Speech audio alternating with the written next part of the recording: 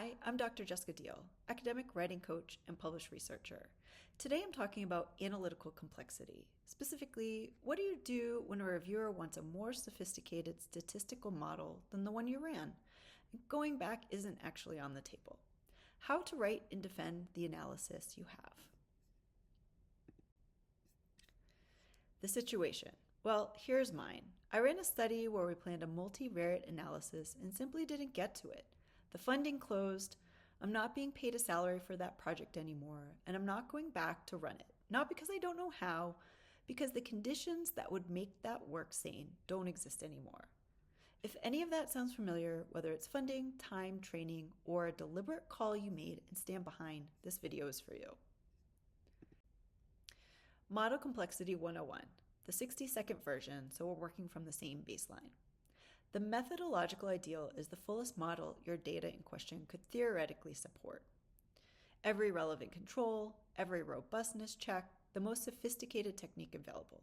In practice, that requires resources most researchers, especially early career ones, simply don't have on this project, on this timeline. The alternative isn't a lesser paper, it's a scoped one. Most published work runs a scoped model. You're not the exception, you're the norm. There are a lot of legitimate reasons the more sophisticated model didn't happen. Funding closes before analysis does, more often than not. Sometimes the data itself can't support additional controls without violating the model's assumptions, adding complexity that the model cannot support. Sometimes it's sample size. There's a real limitation on what a given N can support. Sometimes the fancier model was never actually the right tool for your question. It just sounds more rigorous. None of that makes your analysis invalid. All of it needs to be explicit on the page. Here's what reviewers are actually evaluating when they read your analysis section. Not whether you ran every available test, whether you know what you're working with. Awareness, transparency, a reasoned defense. Even inside the econometrics literature that popularized robustness checks, there's a real pushback against demanding robustness on every coefficient rather than the ones actually central to the claim. What gets penalized isn't a simplistic model, it's the silence about the analytical design, vague language around how or why the model was selected, or conclusions that overreach what the model can support. Your job is not to apologize for what you didn't run, it's to show you know exactly what the model did run, what the model you did run can tell us and can't. An underused approach is to do this work in the literature review, before the reviewer even gets to your methods. Cite work that used a comparably scoped model to answer a comparable question. Establish that your model fits your research question, not that it's the best you could manage. Where it's genuinely true and only where it's true, frame the simpler model as a focused decision. A tighter model is sometimes more interpretable than a complex one. In the methods section, the principle is the same that I'd give anyone. Describe it, defend it briefly, and move on. Name the approach transparently as a summary descriptive, simple means, bivariate analysis, or whatever it is. Explain briefly why in plain terms. Describe exactly what the model tests, and just as important, what it doesn't. What you want to avoid is over-explaining or apologizing. Both signal to a reviewer that you don't trust your own choice. And don't claim a robustness check that you didn't actually run. Be specific, be matter-of-fact, and put the whole rationale somewhere a reviewer will clearly see it. Limitations are where researchers say too much or too little. Name it before the reviewer does. Be specific. Don't catastrophize. Acknowledge that what the fuller model might have added. Name the specific alternative explanation your current model generally can't rule out, not a vague statement like more research is needed. One precise statement about what you can't account for does more work than 3 ambiguous paragraphs. A simplistic model is not a fatal flaw. Every study has a version of this. Reviewers respect a researcher who can name their own constraints precisely. Okay, this is where researchers get in trouble, claiming more than a statistical model can tell.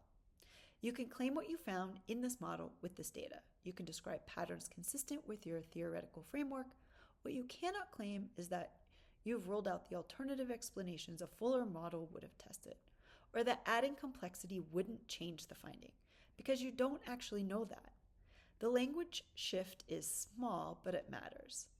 This suggests instead of this proves. The scope the claim to what you actually have. Here's the reframe I find most useful. The analysis you didn't run is someone else's research question, possibly your own, next time there's funding for it. Propose the fuller model explicitly as future work. Name exactly what it would test that yours couldn't. A good future study section doesn't read as a list of what you failed to do. It reads as the next move in a conversation that you started. You didn't fail to run the sophisticated model. You identified exactly where the next one needs to go. The takeaway is simple. You don't need the most sophisticated model available. You need a well-justified one. Name your approach, defend it in the literature review, describe it clearly in methods, match your claims in discussion, avoid overreach. Own your limitations with specificity, point forward to future studies.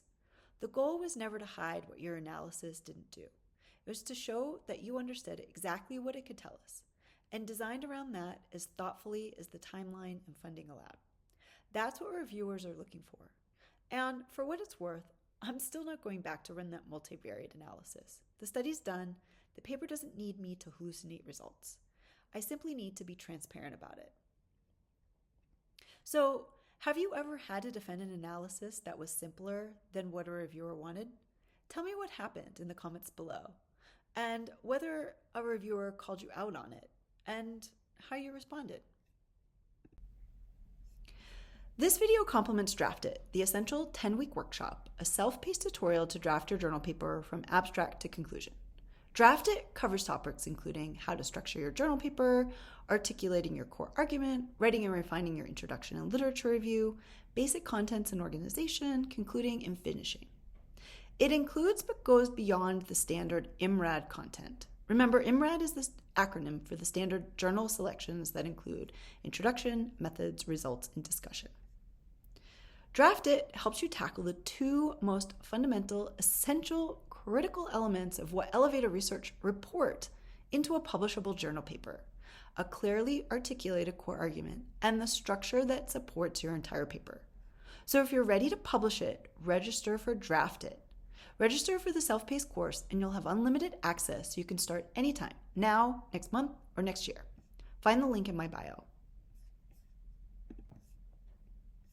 Thank you for watching this video. Check out my other videos on publishing your research in a peer-reviewed journal paper. Be sure to subscribe as I upload new content monthly.